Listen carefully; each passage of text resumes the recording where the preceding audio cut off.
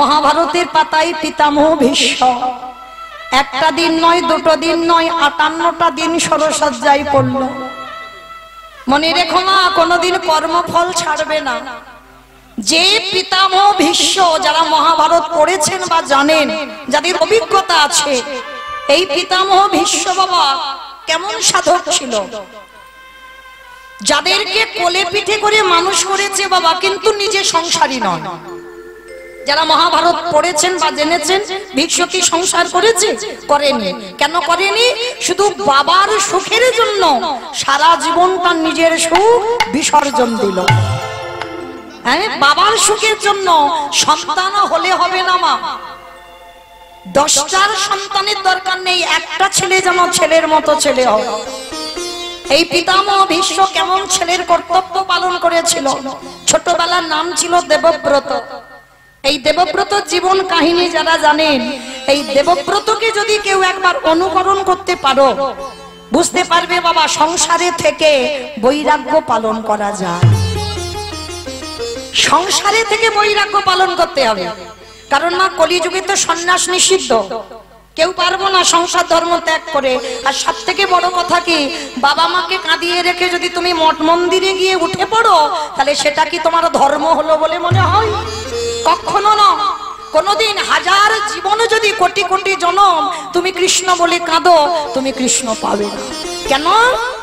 জীবিত ভগবানকে সেবা করতে শেখো।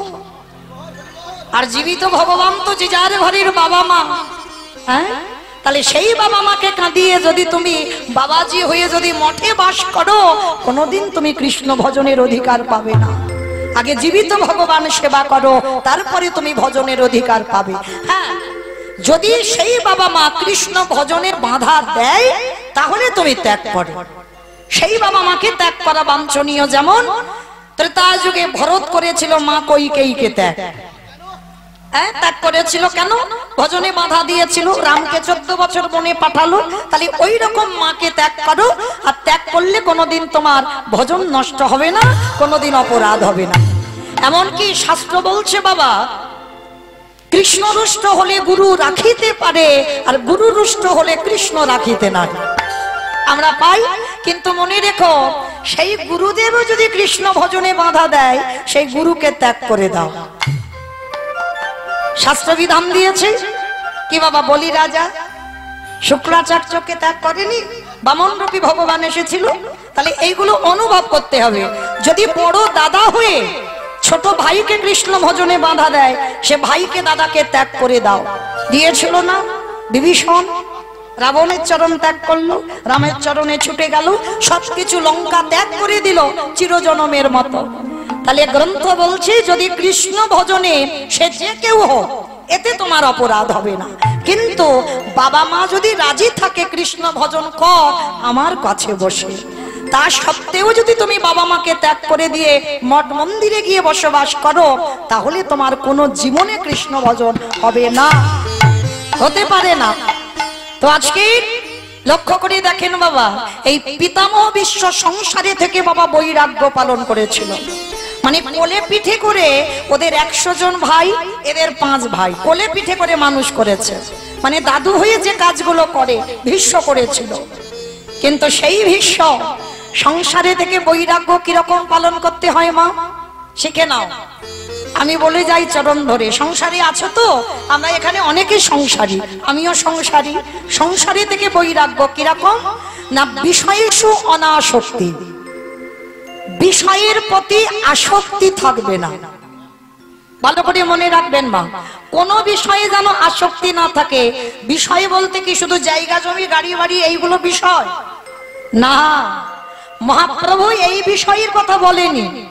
আমরা মহাপ্রভুর পথ কেউ অবলম্বন করতে পারছি না, সবে নিজেদের মন গড়া কথা বাবা, নিজেদের মন গড়া কথা মেনে চলছি। মহাপ্রভু বলছি বিষয় ত্যাগ করতে হবে। কোন বিষয়? জায়গা জমি টাকা পয়সা গাড়ি বাড়ি এ বিষয় নয়, এই দেহের 10 ইন্দ্রিয়ের বিষয়। রাধে, দেহতত্ত্বে আসে। এই দেহের অন্তরের ভিতরের কথা জান। যেদিন তোমার জিহ্বার বিষয় চলে যাবে, মনে রাখবেন মা, যেদিন তোমার লালসা চলে যাবে, দেখবেন অনেক অনেক বাড়িতে হয় বাবা, স্বামী হয়তো এক সপ্তাহ বাইরে কাজ করে বা এক সপ্তাহ ভালো রান্না বান্না হয় না, কিন্তু রবিবারটা যদি আসে, আমি আর বলবো না, সবাই জানে, এইটার বলবো না, এই যে ভালো মন্দ রান্না করে এইটুকু বলতে পারি, রবিবার এলো তো ভালো মন্দ রান্না করে খাওয়া হবে। এটা হয়, অনেক বাড়িতে হয়, আমি বারণ করছি না যে করো না, করো, কিন্তু মনে রেখো যেদিন তোমার এই লালসাটা জিহ্বার চলে যাবে। কলির মানুষ অন্নগত প্রাণ, একটু আলু সিদ্ধ অন্ন, মানে অন্ন যদি না দিই তো হরিবল হয়ে যাব, কোন রকমে প্রাণটা ধরে রাখবার জন্য, কৃষ্ণ ভজনের জন্য শুধু একটু অন্ন পেলেই হবে, যে এটা খাবো ওটা খাবো সেটা খাবো, এইটার লালসা যেন তোমার মধ্যে না থাকে। যেদিন তোমার এই লালসা চলে যাবে সেদিন বুঝবে তোমার জিহ্বার বৈরাগ্য হয়ে গেল। যেদিন তোমার এই দুটো কান কোনো আজে বাজে কথা শুনতে ভালো লাগবে না, যেখানে ঝগড়াঝাটি হবে, যেখানে দ্বন্দ্ব হবে, হ্যাঁ, ওই সিরিয়াল হবে, ডিজে ডিজে গান হবে, ওইগুলো এই কান শুনবে না। এই কান কোথায় একটু সাধু সঙ্গ, ভক্ত চরণ, কোথায় একটু ওই ভাগবত পাঠ, কোথায় একটু ভগবানের নিয়ে আলোচনা হোক, বন্ধু বান্ধবরা বসে যেখানেই বসি না কেন ভগবানের নিয়ে আলোচনা হোক, কান যেদিন ওই দিকে যাবে সেদিন জানবে তোমার কানের বৈরাগ্য হয়ে গেছে, আর অন্য কিছু শুনতে ভালো লাগে না কান। যেদিন তোমার এই দুটো চোখ ভগবান ছাড়া, সাধুগুরু বৈষ্ণবের চরণ ছাড়া, ভক্ত ছাড়া আর কিছু দেখতে ভালো লাগবে না, সেদিন জানবে তোমার দুটো চোখের বৈরাগ্য হয়ে গেল। যেদিন তোমার দেহ সকল স্পর্শ থেকে দূরীভূত, মানে আমাকে কোনো পুরুষ স্পর্শ করলো কি নারী স্পর্শ করলো আমি বুঝতে পারছি না, আমার মধ্যে সেই অনুভূতি টান নেই, চলে যাবে, সেদিন জানবে তোমার এই দেহের বৈরাগ্য হয়ে গেল। যেদিন তোমার মন সকল চিন্তা থেকে দূরীভূত, আজকের কীর্তনে বসেছি, কীর্তন শুনবো, কালের চিন্তা কাল হবে, ওই যে ছেলে মেয়ে বড় হবে ওদের জন্য টাকা জমাতে হবে, একটা বড় 3 তলা বাড়ি করে দিতে হবে, এই ভাবনা ভক্তের থাকবে না। আজকের আছি, আজকের পেয়েছি, আজকের প্রসাদ পাবো, ব্যাস, কালের চিন্তা কাল হবে, কালকের চিন্তা আজকের আমি করব না। যার জন্য বাবা গোবিন্দ ঘোষে অগ্রদ্বীপের মাটিতে নির্বাসন বিষয়। যেদিন তুমি সংসারের মধ্যে থেকে বাবা এই বিষয়গুলো ত্যাগ করে দিতে পারবে, সেদিন জানবে তুমি কৃষ্ণ ভজনের কিঞ্চিত অধিকার অর্জন করেছ। আর একটা কথা মনে রাখতে হবে, ভগবান চিনবে চরণে, ভক্ত চিনবে নয়নে।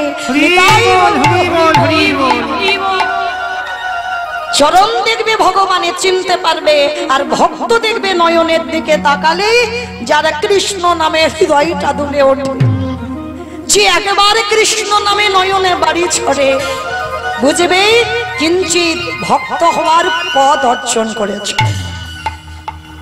তাহলে আজকে সেই পিতামহ ভীষ্ম এত বড় বৈষ্ণব, আপনারা যারা গ্রন্থ পড়েন 12 জন বৈষ্ণবের মধ্যে 10 নম্বরের বৈষ্ণব হচ্ছে পিতামহ ভীষ্ম। তাহলে সেই পিতামহ ভীষ্ম দেবব্রত 58টা দিন সরসজ্জায় পড়ল কেন? কেই গোমায়েরা, একটা পায়ে সূক্ষ্মাতি সূক্ষ্ম কাঁটা যদি ফোটে কিরকম ব্যথা হয় অনুভব করেন। ভীষ্মের জায়গায় বসে পায়ে যদি একটা সূক্ষ্ম কাঁটা ফোটে কিরকম ব্যথা, মানে পাটা টনটনিয়ে ব্যথা হয়, ওই কাঁটাটা তুলে দেবে তবু বাবা 2-4 দিন ব্যথা। তাহলে ওইটুকু কাঁটাতে যদি এত ব্যথা লাগে, আর পিতামহ ভীষ্ম একটা একটা স্বরের উপরে শয়নে ছিল। তৃতীয় পাণ্ডব অর্জুন কুরুক্ষেত্রের মাঠে 10 দিন যুদ্ধের পর একটা একটা বাণ মেরেছে বাবা, সর্ব অঙ্গে বাণ মারা, সেই স্বরের বিছানাতে শয়নে আছে, কিন্তু মরতে পারছে না। কেন মরতে পারছে না? যুধিষ্ঠির মহারাজ গিয়ে বলেছিল, দাদু তোমার তো ইচ্ছা মৃত্যু, তুমি যদি মনে করো তাহলে মরতে পারবে, তাহলে তুমি কেন মরছো না? এবার মরে যাও না দাদু। আমরা আছি না সংসার জীবনে, অনেকে যখন কষ্ট পায়, আমরা বেঁচে থাকতে শ্রাদ্ধ করে দিই, এই না পারাচিত্রি করে দিই, যাতে মানুষটার কষ্ট না পায়, তাড়াতাড়ি মরে যায়। আত্মীয় পরিজন না এসে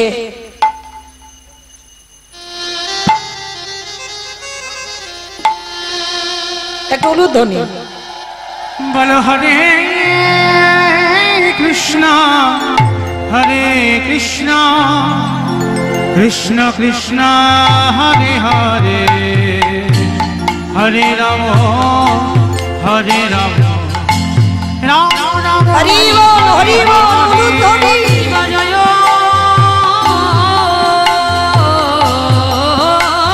জয় গোরা চলে আরতি কোশ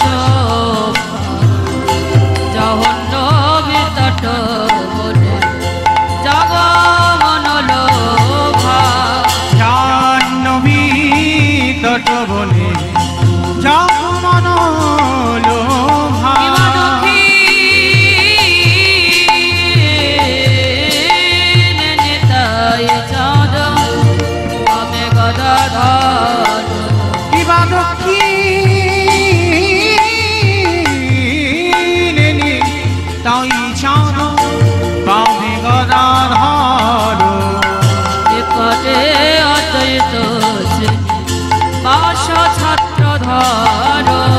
নিকটে দ্বৈত শ্রীনিবাস ছাত্র বসি আছে গোরা চাঁদ রত্ন সিংহাসন আরতে উলুধ্বনি প্রেম সে আদি দেবগণে বসি আছে গোরা চাঁদ রত্ন সিংহাসনে আরতি করিল ব্রহ্মা আদি দেবগণে জীবনর হরি রাধে করি চাবর ঢোলা সঞ্জয় মুকুন্দ বসু ঘোষে আদিগা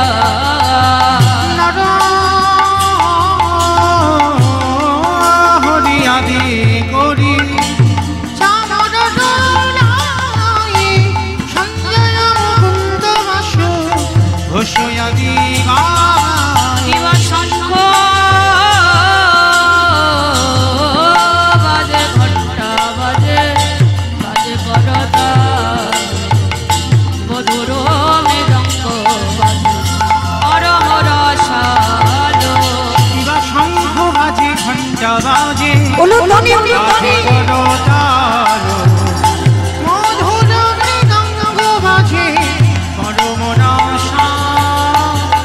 মধুর মধুর মধুর বাজে মধুর মধুর মধুর বাজে আমার গৌরাঙ্গের আরতি মাঝে মধুর মধুর মধুর বাজে গৌরাঙ্গের আরতির মাঝে মধুর মধুর মধুর বাজে শঙ্খ ঘণ্টা কনতলে বাজে মধুর মধুর মধুর বাজে শঙ্খ ঘণ্টা কনতলে বাজে মধুর মধুর মধুর বাজে বহু কোটি চন্দ্র যিনি বদন উজ্জ্বল কালো দেশে বনমালা করে ধন্যবাদ নিতাই গৌর হরি আদন উজ্জ্বল কালো দেশে বনমালা করে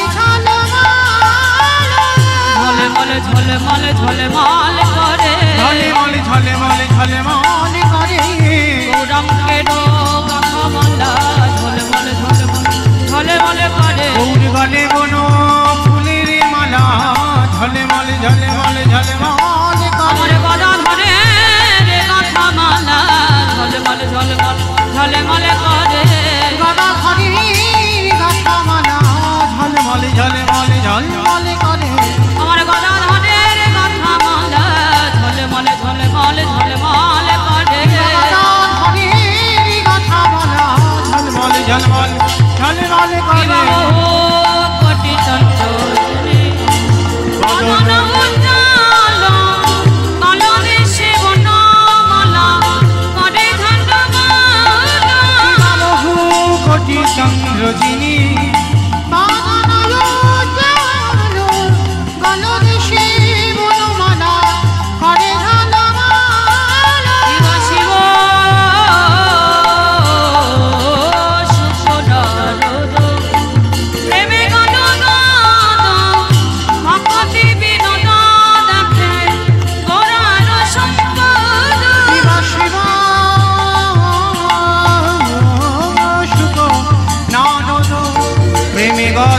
পদ ভগতি বিনোদ দেখে গোরার সম্পাদ শ্রীকৃষ্ণ চৈতন্য প্রভু নিত্যানন্দ শ্রী অদ্বৈত গদাধর শিবাসাদি গৌর ভক্তবৃন্দ শ্রীকৃষ্ণ চৈতন্য প্রভু নিত্যানন্দ শ্রী অদ্বৈত গদাধর শিবাসাদি গৌর ভক্তবৃন্দ হরে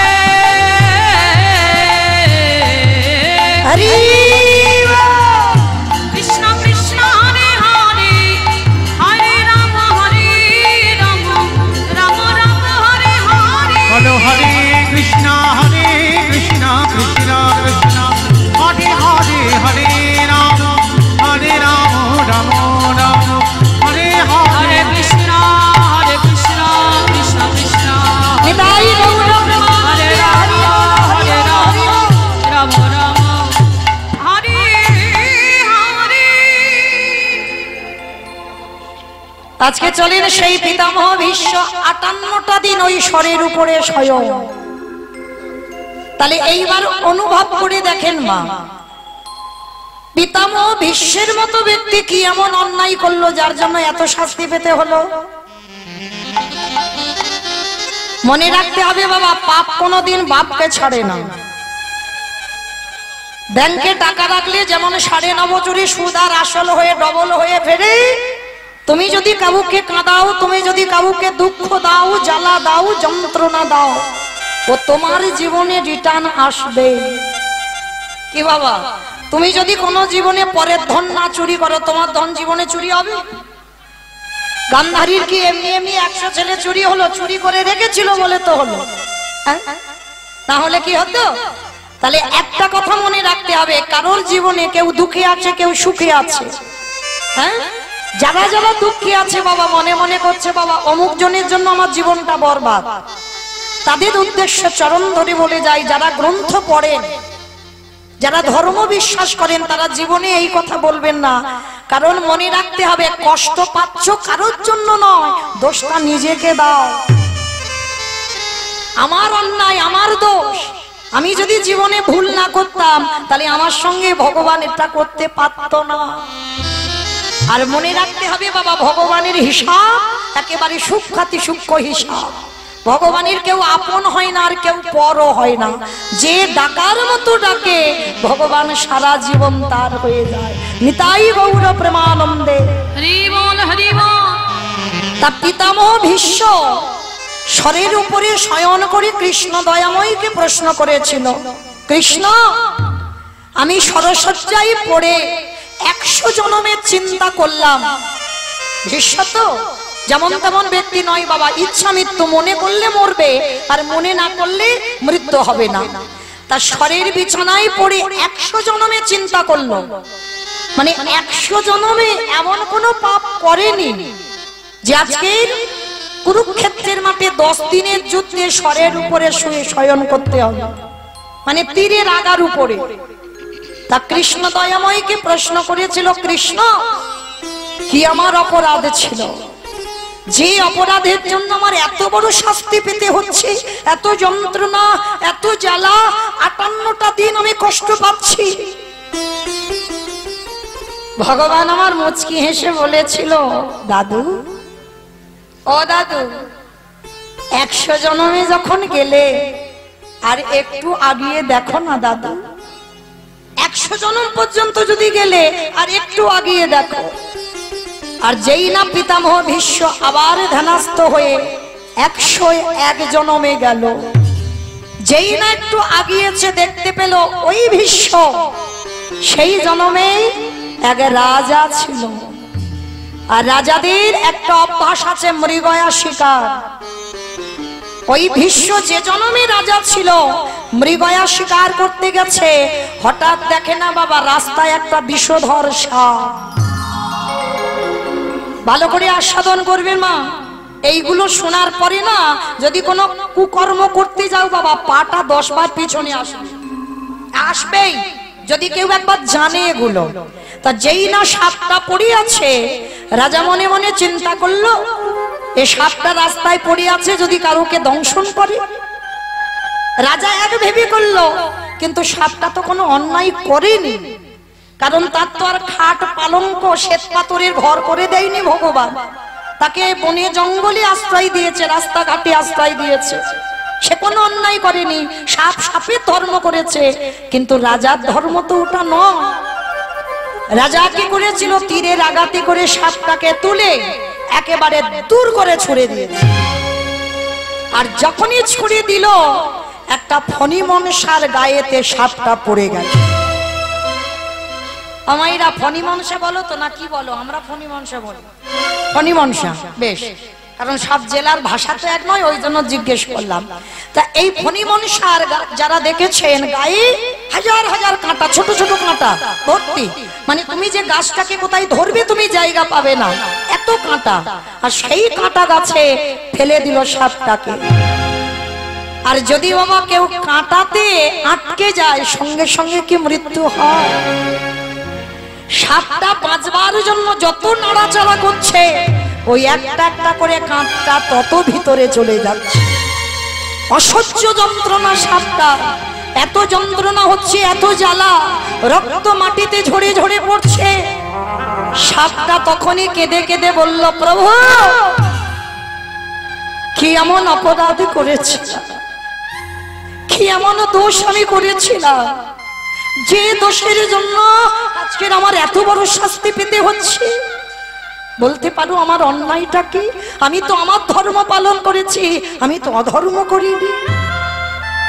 কিন্তু ওই রাজা করেছে অধর্ম, আমি ওকে ছেড়ে দেব না। আমি ওকে এই মুহূর্তে অভিশাপ দিলাম। আজ আমি যেমন আমার সর্ব অঙ্গ থেকে রক্ত ঝরে ঝরে মাটিতে পড়ছে, আমার সর্ব অঙ্গে যেমন কাঁটা বিধিগ্নি আছে, আমার প্রত্যেকটা অঙ্গ জ্বালা যন্ত্রণা হচ্ছে, ওই রাজাকে অভিশাপ দিলাম।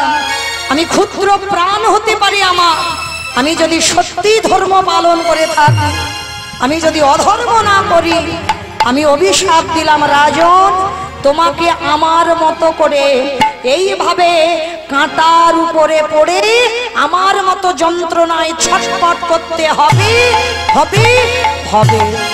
পিতামহ ভীষ্ম দেখা মাত্র চমকে উঠল, কৃষ্ণ পেয়েছি পেয়েছি আমার অপরাধের খবর। আজ আমি বুঝতে পারলাম কেন আজকের আমার এই দুর্দশা। পঞ্চ পাণ্ডব বারবার বলছে, দাদু তুমি মরে যাও না, তোমার তো ইচ্ছা মৃত্যু, তুমি তো মরলে মরতে পারো, কিন্তু মরতে পারবে না কেন? অপরাধ। দেখবেন বাবা, কেউ যদি যৌবনকালে শক্তি থাকতে অপরাধ করে ফেলে, সেই অপরাধ কবে মনে পড়ে? যেদিন মৃত্যুকালে বিছানায় পড়বে। এ হবেই, আমার কথা মিলিয়ে নেবেন মা। জীবনে কেউ যদি ঘোর অন্যায় করে থাকো, যেদিন মৃত্যু শয্যায় পড়বে, সেদিন ওই বিছানাতে পড়ে মনে মনে করবে যে আমি এই সময় এই অপরাধটা করে ফেলেছি। ভীষ্ম 58টা দিন হিসাব করছে কোন কোন অপরাধের ফল। সেই বাবা অম্বার সঙ্গে চালাকি করেছিল, তারও ফল। অম্বা, অম্বালিকা, অম্বিকা, এদের একটা কাহিনী আছে। যাক বাবা, ওদিকে যাব না, গেলে আর ফুরাবে না। এটাই মহাভারত বাবা। বলতে বলতে বাবা একটা একটা করে এমন জুড়ে যায় যে শেষ করা যায় না। তো যাই হোক, সারা রাতে ফুরাবে না। তাহলে সেই যে একটা একটা করে পাপের অনুতপ্ত হচ্ছে আজকে। তা যুধিষ্ঠির প্রশ্ন করেছিল, দাদু তুমি কেন মরবে না? বলে সব থেকে অপরাধ আমি আমার দ্রৌপদীর কাছে করে ফেলেছি। সব থেকে অপরাধ দ্রৌপদীর কাছে করেছিল দাদু ভীষ্ম। কি অপরাধ করেছিল বাবা আপনারা তো জানেন। যেদিন পাশাকালায় হেরে গেল, হ্যাঁ সেদিনই তো প্রথমে দাদুর কাছে সাহায্য চেয়েছিল, করেনি। তখনই দ্রৌপদী বলেছিল, দাদু আমার চোখের জল একদিন তোমার শরীরের রক্ত হয়ে পড়বে। আজ বাড়ির কুলবধূর লজ্জা চলে যাচ্ছে, তুমি কিছু করতে পারছো না। আজকে সেই পিতামহ ভীষ্ম আজকের অনুতপ্ত হচ্ছে বিছানায় পড়ে, আর বিছানায় পড়ে বলছে যুধিষ্ঠির এইবার আমি সিদ্ধান্ত নিয়েছি দেহ ত্যাগ করব, কিন্তু জানো যার আসবার কথা ছিল সে আসে। আমার সে কে গো? ভগবান কৃষ্ণ। আজকের ভীষ্মের কাছেও ভগবান দাঁড়ালো, ভীষ্ম আমি জানি তুমি দেহ ত্যাগ করবে, বলো তুমি কি চাও। মরার আগে ভগবান যদি এসে বলে কি চাও, আমরা কি চাই ভগবান? কত চাওয়া পাওয়া আছে আমাদের। আমার ছেলের একটা চাকরি দাও, একটা বাড়ি ঘর বাঁধিয়ে দাও, আমি যেন ভালো থাকি, সংসার যেন ভালো থাকি। কই কজন ভক্ত বলবেন ভগবানের কাছে প্রভু এই জগতে আমার শত্রু মিত্র যেই থাক সবাই যেন ভালো থাকে। এইরকম ভক্ত জগতে দুর্লভ। ভজনের পথে নামতে গেলে আগে সবার ভালো চাও, তোমার একার ভালো নয়। আমি কষ্ট পাই কিন্তু জগতে সবারই যেন ভালো হয়। আজকে সেই ভীষ্ম বলল প্রভু মৃত্যুর সময় একবার তোমাকে সেই রূপে আমি দেখতে চাই। কোন রূপে? বৃন্দাবনের কৃষ্ণ রূপে না, দ্বারকার কৃষ্ণ রূপে না, তাহলে মথুরার কৃষ্ণ রূপে না, তাহলে কোন রূপে? হে দয়াময়, যদি একান্ত আমার সামনে তুমি দাঁড়াতে চাও, আমি মথুরার কৃষ্ণ রূপে দেখতে চাই না, ওই দ্বারকার কৃষ্ণ রূপে দেখতে চাই না, বৃন্দাবনের কৃষ্ণ রূপে দেখতে চাই না। ওমা সবাই তোমার বৃন্দাবনের রূপ দেখে, গোপবেশর বেণুকর শ্যাম নব কৈশোর নটবর, ওই রূপ আমায় পছন্দ করে। আর তুমি বলছো বৃন্দাবন নয়, মথুরা নয়, দ্বারকা নয়, তাহলে কোন রূপ? দয়াময় কুরুক্ষেত্রের রণাঙ্গনে যে রূপ তুমি ধরেছিলে, ভীষ্ম তুমি কুরুক্ষেত্রের রূপ দেখবে? আমি অর্জুনের সারথি হয়েছিলাম ওই রূপ বলে? হ্যাঁ। হে দয়াময় সত্যতা করিতে গেলাম, ভক্ত ভগবানের চরণ তলে বসল, কিন্তু কুরুক্ষেত্রের রণাঙ্গনে অর্জুনের সারথি হয়ে যখন দাঁড়ালে, তুমি নিচেতে দাঁড়িয়েছিলে, তোমার মাথায় ছাতা ছিল না, কিন্তু অর্জুন উপরে রথে বসেছিল, অর্জুনের মাথায় ছাতা ছিল। আমারে যেন সাক্ষাতে তোমাকে দেখে মনে হলো তুমি ভগবান হয়ে ওই ভক্তের চরণ তলে বসে আছো। নিতাই গৌর হরি।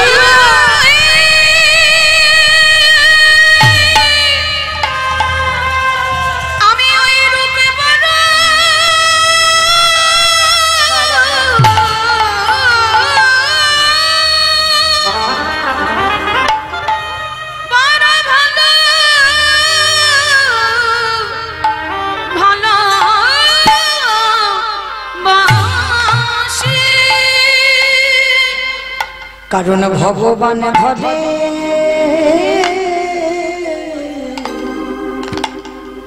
ভক্তে ভক্তের পায় আসতে আমি ওই রূপে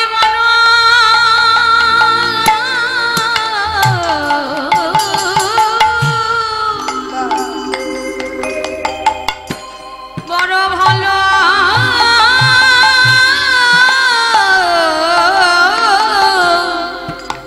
বাসি, ওই রূপে তুমি দাঁড়াও আমার সামনে। ভগবান ধরে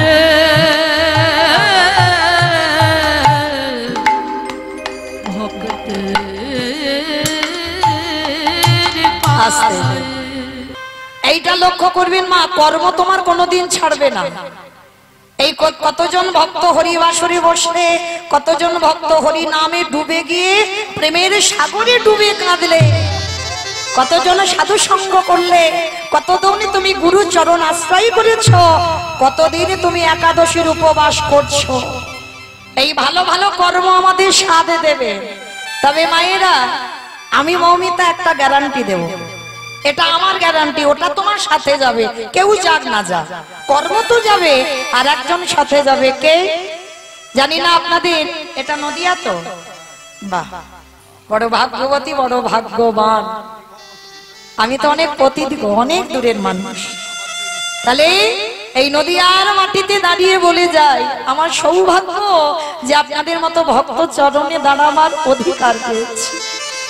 যে মাটিটা আমার গৌর দেশের মাটি, এই মাটির ধুলি কণাতে বাবা আমার গৌরের পদধূলা আছে।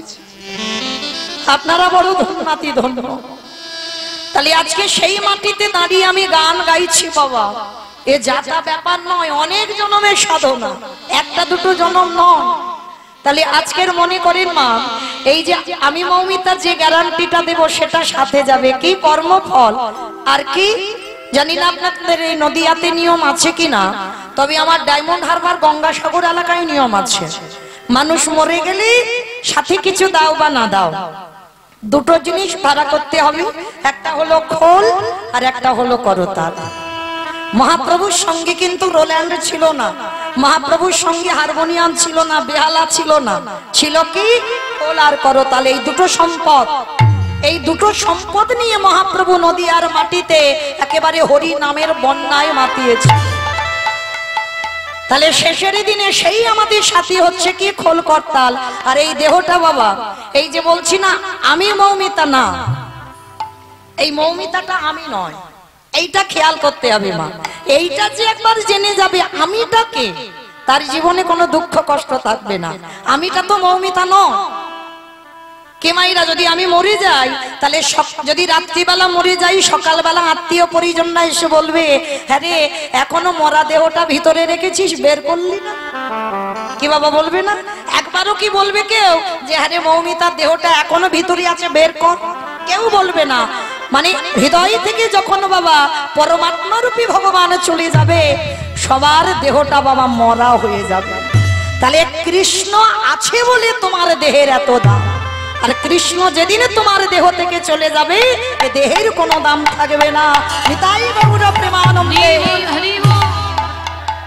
তাহলে আজকে লক্ষ্য করে দেখেন, শেষের দিনই আমাদের সঙ্গে হলো কি যাত্রা, নাটক, ফাংশন, থিয়েটার, আপনজন কেউ নয়।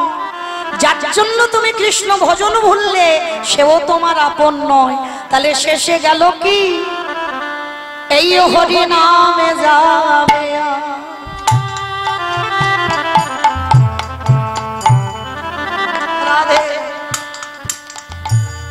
আমাদের পচা দেখো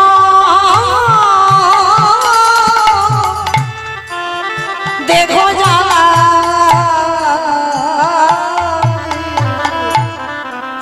যেদিন তুমি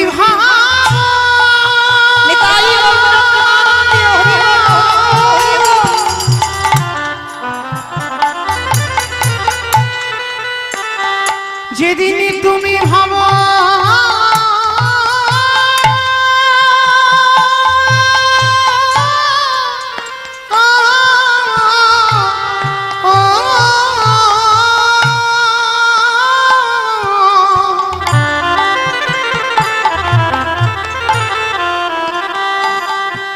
যেদিন তুমি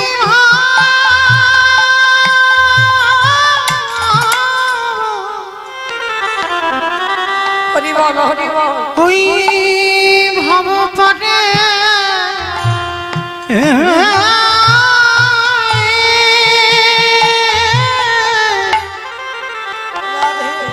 পরে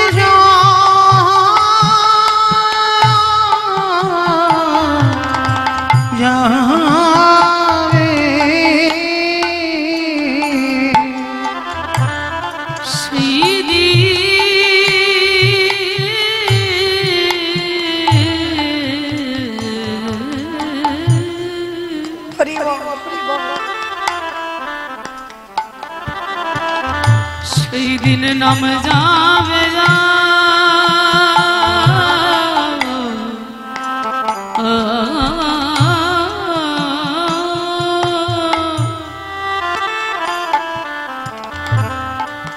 এই পচা দেহ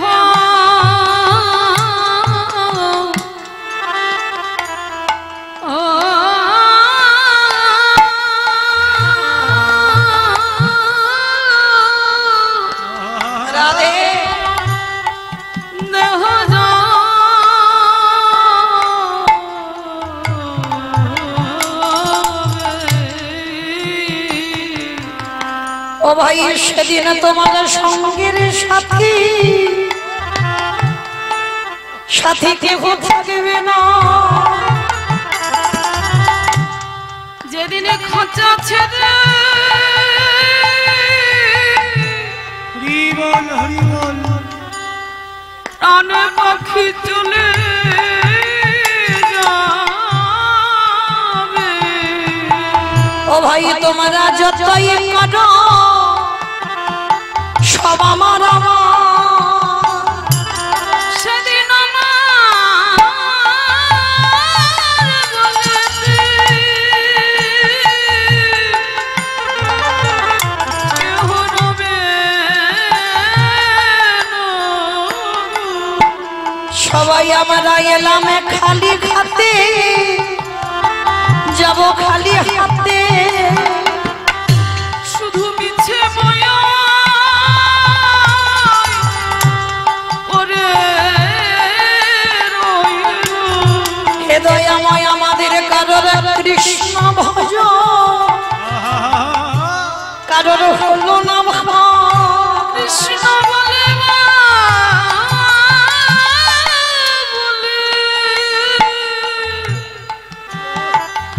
এইভাবে হে দয়াময় আমার মত পাপিয়া জগতে আর কোনো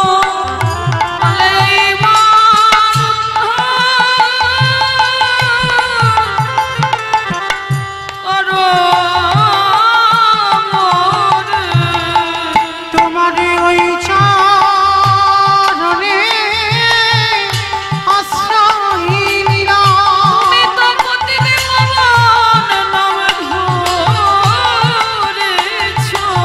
যেন চরণে ছাড়া করুণা নিতাই গৌর।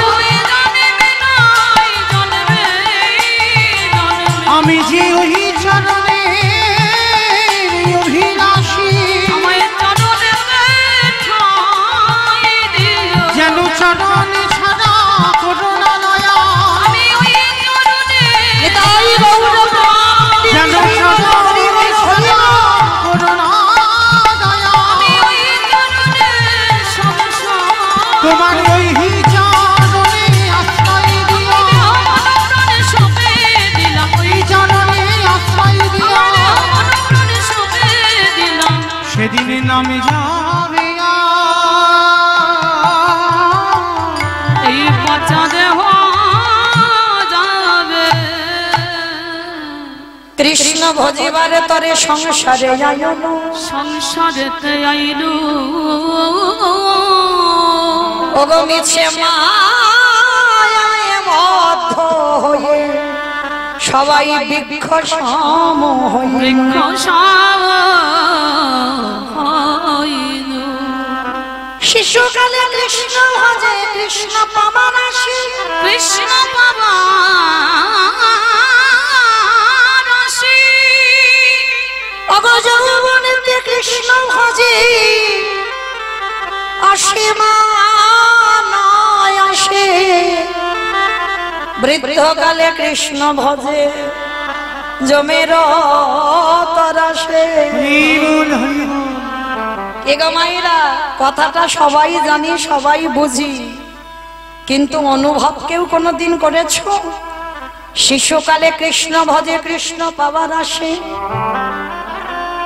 শিশুকাল মানে ভজন যদি করতে হয় বাবা সকাল সকাল করতে হবে, সকাল গড়িয়ে গেলে ভজন হবে না। আবার এদিকে বাবা মহাজনীরা বলছেন কুড়ি ফুলে গোবিন্দ সেবা হয় না। ভালো করে বিচার করে দেখেন, এটাই হচ্ছে কীর্তন। এই কীর্তন বিষয়টা বাবা একটু নারকেলের মতো। এই নারকেল দেখেছো মা? নারকেল দেখেছি তো, বাইরে একটা খসা আছে বলে তা দেখবো না গ্রামাঞ্চলের মানুষ। তাই নারকেল যারা দেখেছো বাইরে একটা খসা, খসাটাকে ছাড়ালে কি নারকেল পাবে? স্বাদ কোনোদিন পাবে না। ও বাইরের থেকে বাবা ভিতরে আরো শক্ত বেশি। সে শর্তটাকে ভাঙতে হবে। নারকেলের শ্বাসটা যদি টেনে ছাড়াতে পারো, যদি আস্বাদন করতে পারো, তাহলে বুঝবে তুমি নারকেলের স্বাদ কেমন। নিতাই গৌর প্রেমানন্দে হরি বল, হরি বল, হরি বল। তাহলে বিষয়টা কেমন হলো? কীর্তন বিষয়টা নারকেল। কেন বললাম নারকেল? মনে রাখতে হবে বাবা, তলিয়ে যেতে হবে। উপর থেকে কীর্তন শুনলে রস পাবে না, আর যত কীর্তন শুনতে বসে ভিতরে যাবে তত রস আস্বাদন হবে। হ্যাঁ, একটু অনুভবের বিষয় এই কীর্তনটা। তো আজকের এই যে মা শিশুকাল বলছে ভজন করতে হবে সকাল সকাল, আবার একদিকে বলছে কুড়ি ফুলে গোবিন্দ সেবা হয় না।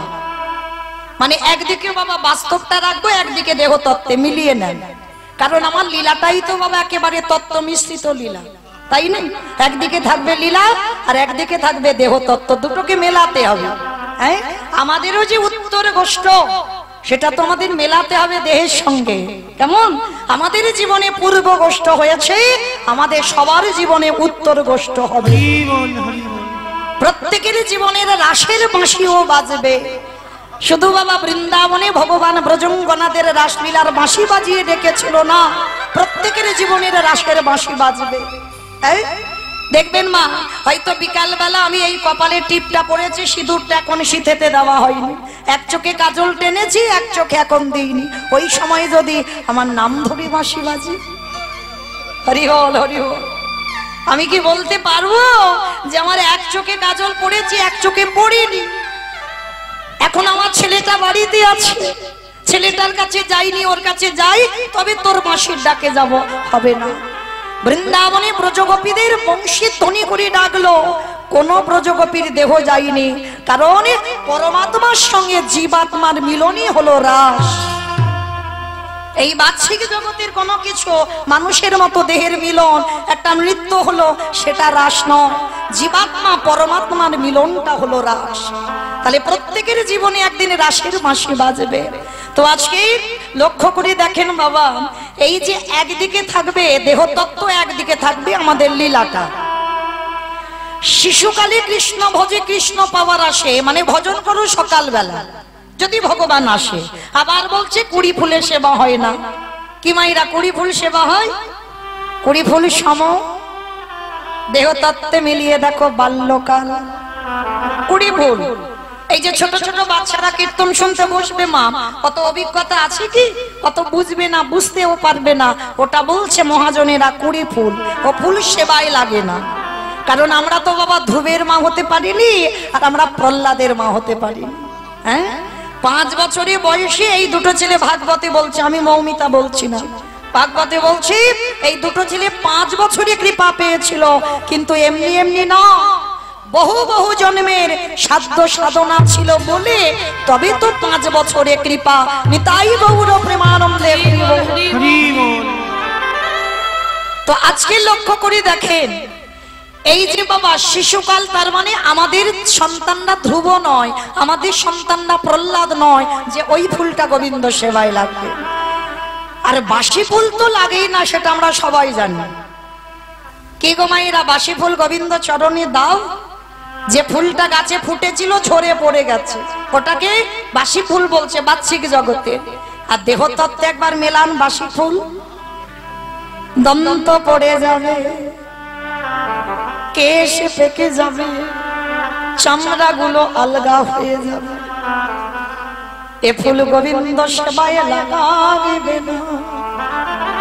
কি বাবা, যারা আমরা গুরু আশ্রয় করেছি, স্নান করি আহ্নিক করতে বসলে বাবা শরীর অলস, অনেকক্ষণ সময় তো শরীর অলস হয়ে যায়, কতক্ষণ সময় নেই, ধৈর্য ধরে বসে থাকবো আসনে। জপের মালাতে জপ করব, কখন শরীর অলস, ঘুম এসে যাবে।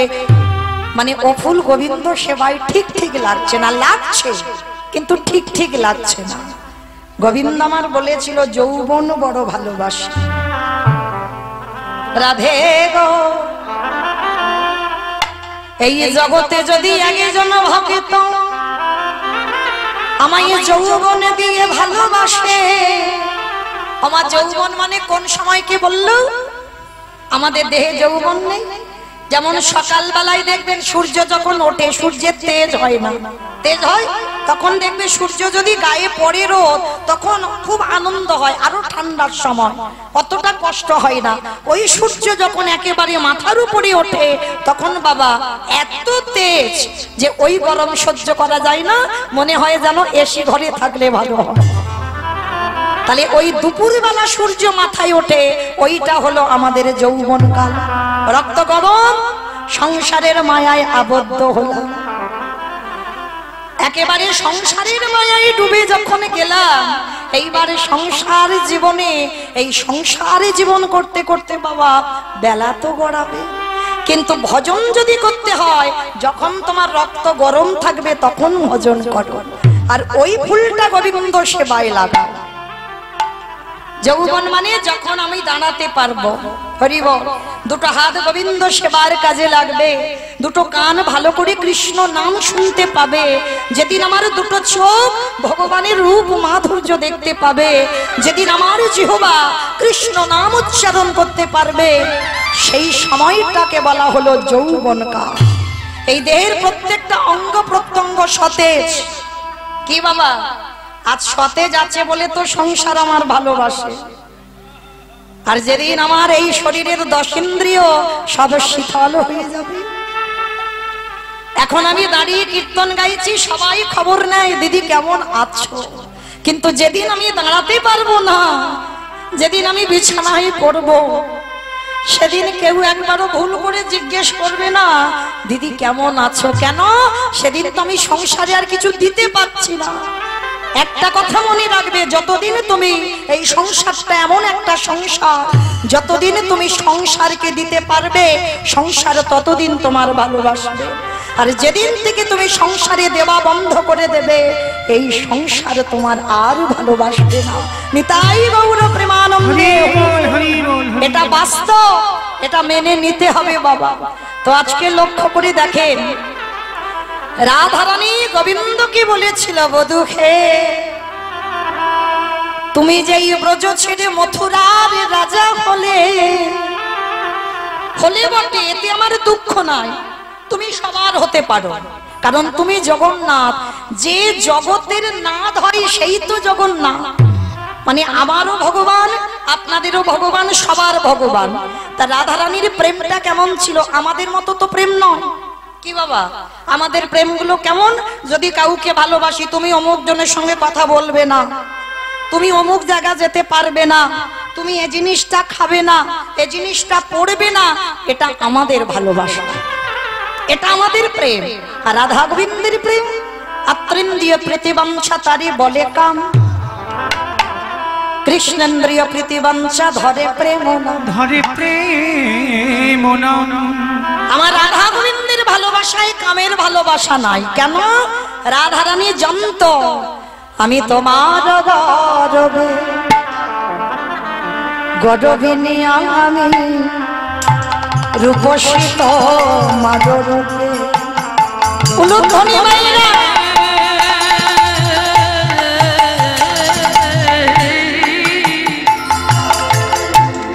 আমি তোমার গরবে,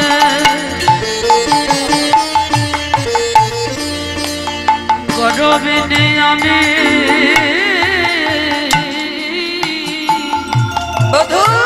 রূপসিত মারল। বলি হেন মনে করি অতটি চরণ, বলে হেন মনে করি অগবধূ হে,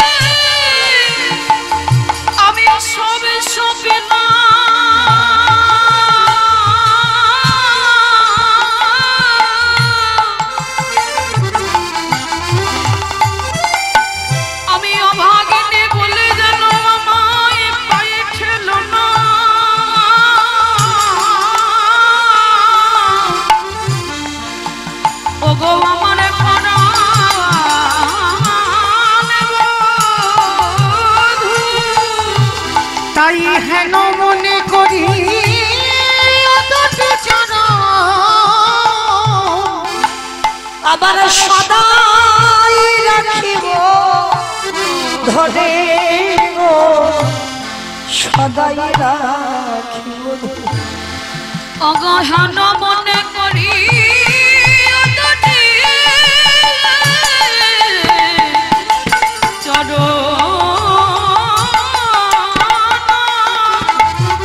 সদাই রাখিব ধরি গো, সদাই রাখিব ধরি। তুমি অনেকের আছয়ে, এই কথাটা বলবার জন্য এই জ্ঞানদাসের পদাবলীটা গাইলাম। অনেকের আছয় অন্যের জনা, আমারও কে বলো তুমি। রাধারানী বলছে অনেকে তুমি সবার, তুমি কারোর একার নয়। অন্য জন আমারও কে বলো তুমি। বলি অন্তর বাহিরে ওকে প্রাণ বধূ, আমার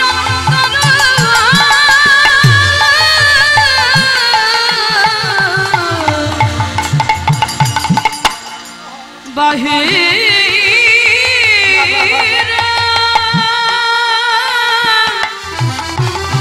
ওই প্রাণবধূ, আমি প্রাণনাথ বলে মানি গো, প্রাণনাথ বলে মানি। আমি অন্তর বাহিরে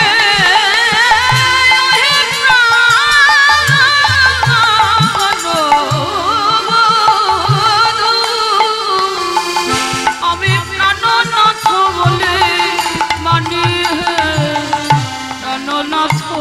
আস্তে, এই হলো আমার রাধা গোবিন্দের ভালোবাসা। তুমি সবার হও, তাতে আমার দুঃখ নাই। আমি তো জানি তুমি আমার প্রাণনা। তো এই যে ভালোবাসাটা রাধারানী বলছে, ললিতা আমার বধূ যে চলে যাবে, যেদিন এই ব্রজে ফিরবে, সেদিনে যদি আমার দেহে যৌবন না থাকে, কত অনুরাগের কথা দেখো। গোবিন্দ ব্রজ ছেড়ে চলে গেছে 100 বছর, একটা দুটো বছর নয়। যারা মাথুর লীলা শুনেছেন, রাধারানীর দশমী দশা, তাহলে গোবিন্দ চলে গেছে যে ফিরবে, কিন্তু যেদিন ফিরবে সেদিন যদি আমার দেহে যৌবন না থাকে, বলে বল সজনী রে আমি কি দিয়ে গোবিন্দে গোবিন্দের সেবা দিব। আমার যৌবনে যদি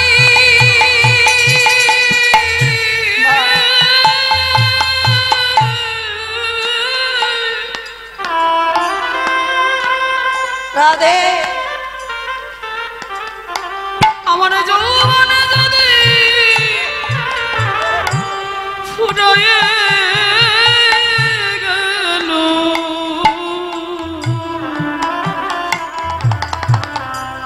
আমি কি দিয়ে গোবিন্দ বলে বলে সেবা করিব। ও মায়েরা, ওই জন্য বলছি সকাল সকাল ভজন করতে হবে, সকাল সকাল, বিকাল গড়ালে হবে না। যার জন্য দেখেন, তো আমি আমার ব্যক্তিগত মতের একটা কথা বলি মা, কীর্তনের প্রারম্ভে যদি প্রণাম দিতে হয় আগে তাদেরকে দাও, মানে যারা ভিক্ষা করে হরিনামের আসরগুলো চালায়। কেন? কত কটু কথা, কত পরিশ্রম করে যারা এই হরিনামের আয়োজন করে, শুধুমাত্র তাদের নিজেদের মঙ্গলের জন্য নয়, তাদের ব্যক্তিগত মঙ্গলের জন্য নয়, এই গোটা গ্রামের মঙ্গলের জন্য, গোটা সমাজের মঙ্গলের জন্য যারা কীর্তন করে। তো আমি আমার মতে বলি, সর্বাগ্যে তাদের চরণে প্রণাম দিতে হবে। কেন দিতে হবে? না তারা জেনেছে, তারা বুঝেছে বাবা এটা কলিযুগ, আর এই কলিযুগে যাগযজ্ঞ নয়, ব্রত পূজা নয়, ধ্যান তপস্যা নয়। চৈতন্য মহাপ্রভু বললেন, কেউ যদি ব্রার ব্রত না করে তাতে অসুবিধা নয়, কেউ যদি যজ্ঞ অনুষ্ঠান না করে তাতে অসুবিধা নাই, কেউ যদি বাবা ধ্যান তপস্যা না করে তাতে অসুবিধা নাই, কিন্তু কলির মানুষকে একটাই পদ অবলম্বন করতেই হবে। সেটা কি? হরিরে নাম হরিরে নাম হরিরে নাম এবকে বালা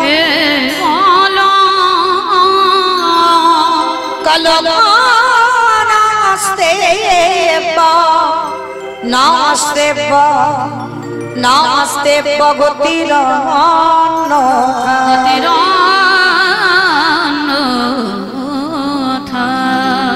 কলির মানুষের হরিনাম ছাড়া কোনো গতি নাই, কোনো গতি নাই, কোনো গতি নাই। আপনারা প্রশ্ন করবেন মৌমিতা, সেই যে সকাল থেকে রসদগার শুরু হয়েছে, রসদগার হলো, পূর্ব কষ্ট হলো, সূর্য পূজা হলো, আর এখন আমার যাবার পালা। আসার পালা নয়, যাবার পালা, তাই তো জানো তো? এখন আমার আস্বাদন হবে, যাবার পালা মানে ঘরে যাও। কি মাইরা সবাই থাকবো বলে এসেছো নাকি যাবো বলে এসেছে? যাবার পালা, যাবার জন্য এসেছো? তার মানে বুঝেছে, কারণ আমি আমাদের যাবার কথা, হরি বাসর থেকে যাবার কথা বলিনি। কারণ যে ঘর বাড়িতে বেঁধে আছি, আশা করি কত সুন্দর পাথর সেটিং ঘর করেছো, ওটা তো দুদিনের জন্য। আসল ঘরে তো সবাইকে যেতে হবে। বেলা যখন ডুবে যাবে, সূর্য যখন পাতে বসবে, সবাইকে ছুটতে হবে। তাহলে আজকের এই যে মা কীর্তনের প্রারম্ভে সকাল থেকে যে রসদগান শুরু হয়েছে, যতগুলো কীর্তনী আমরা এলাম, আপনারা এটা তো মানবেন, প্রত্যেকটা কীর্তনিয়া এসে ওই একটাই কথা বলে যাচ্ছে, হরিনাম শোনো, হরিনাম গাও, ভগবানের চরণ ভজন করো, একাদশী করো, তুলসী গাছে জল দাও, তুলসী পত্র গোবিন্দ চরণে দাও, ও ছাড়া জীবের মুক্তি নাই। কিমা বলেনি? যত যত কীর্তনিয়া এসেছে ওই একটাই কথা বলেছে, হরিনাম ছাড়া মানুষের গতি নাই। আচ্ছা বাবা, সত্যি কি গতি আছে? কীর্তনিয়ারা যেটা বলবে আর আমরা সেটা কান দিয়ে শুনে চলে যাব, হবে না বাবা। একটা কথা মনে রাখতে হবে, সমাজ শিক্ষার জন্য কীর্তন, অচৈতন্য জীবের চেতনা দেবার জন্য কীর্তন, আমাদের মতো পতিতদের উদ্ধার করবেন বলে নাম নিয়েছেন পতিত পাবন। তাহলে অচৈতন্য জীবের চেতন ফেরাতে হবে, তার জন্য কীর্তন। কারণ বাবা সবার উপরই সব দায়িত্ব দেওয়া হয় না। অপরাধ নেবেন না, আমি আগে কান বলে নিচ্ছি, আপনাদের তুলনায় আমি অনেক কনিষ্ঠ, অনেক ছোট। আপনাদের সামনে কীর্তন গাওয়ার মতো যোগ্যতা বা ক্ষমতা কোনোটাই আমার নাই, কিন্তু এটা মানি কোনো না কোনো জন্মে সুকৃতি ছিল, যার জন্য আপনাদের মতো সাধুগুরু বৈষ্ণব চরণে দাঁড়িয়েছে। না হলে আমার সাধ্য নাই বাবা কিছু বলবার, কারণ এখানে অনেক জ্যেষ্ঠ বা জ্যেষ্ঠা বসে আছেন। তবু বসলাম, দাঁড়ালাম কেন? এটা প্রভুর কৃপা। যেমন আমি যদি বলি বাবা এক্ষুনি আমি স্কুল মাস্টারি করব, হবে আমার দ্বারা? কখনো হবে না। হবে কি? হবে না। আমি যদি বলি এক্ষুনি আমি একটা গাড়ি চালাবো, হবে কি? হবে না। কিন্তু এই দায়িত্বটা দিয়ে আমার ভগবান পাঠিয়েছে যে সমাজ গঠন করো, সমাজ শিক্ষা দাও, অচৈতন্য জীবের একটু চেতনা দান করো। যেমন বাবা মনে রাখবেন, মোবাইল সমাজকে খারাপ করেছে, মোবাইল সমাজকে ভালো করেছে। এবার যে যেভাবে নেবে, কেউ যদি খারাপের দিকটা নেয় বাবা সে সেদিকে যাবে, আর কেউ যদি ভালোর দিকটা নেয় তো সেদিকটা ভালোর দিকে যাবে। মনে রাখতে হবে, আগেকার দিনে বাবা এই সমাজে কত বয়স্ক লোকেরা কীর্তনে যোগ হতো, আর এখন দেখেছেন অল্প বয়সের ছেলেরা, হ্যাঁ, যারা কীর্তনের কোনো অভিজ্ঞতা নেই তারাই কিন্তু কীর্তনে যুক্ত হয়েছে। কেন না? তারা বুঝেছে এই যে মোবাইল দেখে দেখে আমাদের মতো অধম কীর্তনিয়াদের কীর্তন শুনে তাদের এতটাই চেতনা যে দুর্গা পূজা, কালী পুজো, লক্ষ্মী পুজো, সরস্বতী পুজো, মনসা পূজা, যে কোনো পূজা করো না কেন একটা দিন বাবা কীর্তন থাকবে। যাই অনুষ্ঠান হোক, শুধু মহোৎসবী কীর্তন নয়, মানে যে কোনো পূজা পার্বণেও কীর্তন হয়। এটা আগেকার দিনে ছিল না, এখন এসেছে। কেন না? তারা বুঝেছে যে হরির নাম ছাড়া কলির মানুষের গতি নাই। ও যে যাই করো, যাত্রা, নাটক, ফাংশন, কিছু তো তোমার সাথে যাবে না। মনে রাখতে হবে বাবা, সকাল থেকে রাত্রিবেলা ঘুমাতে যাওয়া পর্যন্ত ছেলে আমার, মেয়ে আমার, জায়গায় আমার, জমি আমার, বিষয় আমার, বৈভব আমার, কিন্তু যতই আমার আমার করো না কেন, বাঁশি যদি বেজে যায় পড়ে থাকবে সরকারি খামার। এসেছো একা, তুমি যাবে একা। যেদিন এসেছিলে পরনে একটা সুতো ছিল না, আর যেদিন সংসার ছেড়ে চলে যাবে এই সংসার তোমার পরনে একটা সুতো দেবে না। এসেছো খালি হাতে, যেতে হবে তোমারই খালি হাতে। কটা দিন একটু অভিনয় করলে মা, কিন্তু যাদের আগলে বসে আছো সারাদিন কৃষ্ণ বলে কাঁদতে পাচ্ছ, সারাদিন তুমি কৃষ্ণ ভজন করতে পারছো না, কারণ স্বামী সেবা আর রান্না বান্না গরু বাছুর পালতে সময় শেষ। কখন করব ভজন? কিন্তু যাদের জন্য তুমি ভজন ভুলছো না ওরা তো কেউ তোমার সাথী নয়, কেউ তোমার শেষের দিনে যাবে না। শেষের দিনে যাবে বাবা তোমার কর্মফল।